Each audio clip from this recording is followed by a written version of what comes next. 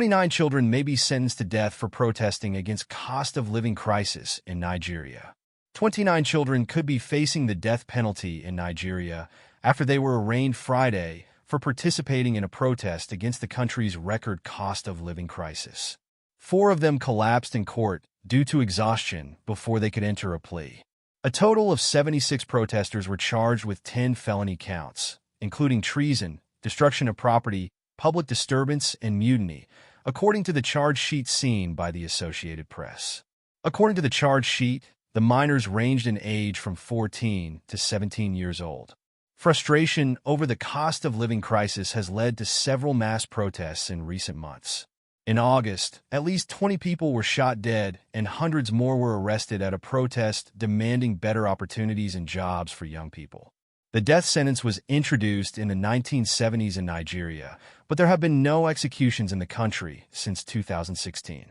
Akinteo Balogun, a private lawyer based in Abuja, said the Child Rights Act does not allow any child to be subject to criminal proceedings and sentenced to death. So taking minors before a federal high court is wrong, ab initio, except if the government is able to prove that the boys are all above 19 years, Balogun said.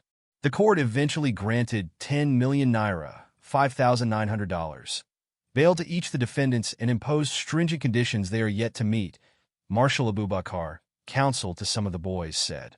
A country that has a duty to educate its children will decide to punish those children. These children have been in detention for 90 days without food, Abubakar said. Yemi Adamalakan, executive director of Enough is Enough, a civil society organization promoting good governance in Nigeria, said authorities have no business prosecuting children. The Chief Justice of Nigeria should be ashamed. She is a woman and a mother, Adamalakan said. Despite being one of the top crude oil producers in Africa, Nigeria remains one of the world's poorest countries. Chronic corruption means the lifestyle of its public officials rarely mirrors that of the general population. Medical professionals often strike to protest meager wages. The country's politicians and lawmakers, often accused of corruption, are some of the best paid in Africa. Even the president's wife, her office nowhere in the Constitution, is entitled to SUVs and other luxuries funded by taxpayers.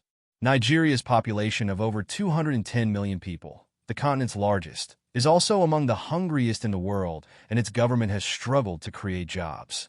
The inflation rate is also at 28-year high and the local naira currency at record lows against the dollar. On Thursday, Nigeria was classified as a hotspot of very high concern in a report from United Nations food agencies, as large numbers of people are facing or are projected to face critical levels of acute food insecurity in the West African country.